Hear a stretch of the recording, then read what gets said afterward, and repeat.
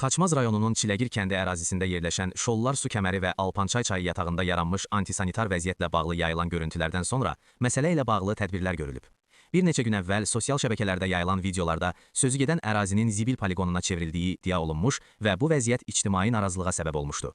Məsələ ilə bağlı daxil olan məlumatlara əsasən rayon rəhbərliyi tərəfindən dərhal araşdırma aparılması üçün müvafiq qurumlara tapşırıqlar verilib.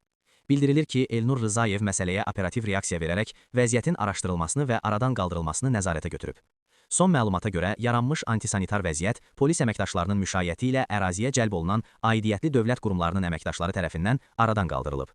Təmizlik işləri zamanı çay yatağı və ətraf ərazilərdə yığılan məişət tullantıları daşınaraq ərazi təmizlənib. Qeyd edək ki, bundan əvvəl yerli qurumlar tərəfindən ərazinin artıq təmizləndiyi bildirilsə də, sakinlər tərəfindən çəkilən yeni görüntülər əks mənzərəni göstərmişdi. Məhz bundan sonra məsələ yenidən diqqətə götürülərək operativ müdaxilə edilib. Hazırda ərazidə vəziyyətin nəzarətdə saxlanıldığı bildirilir.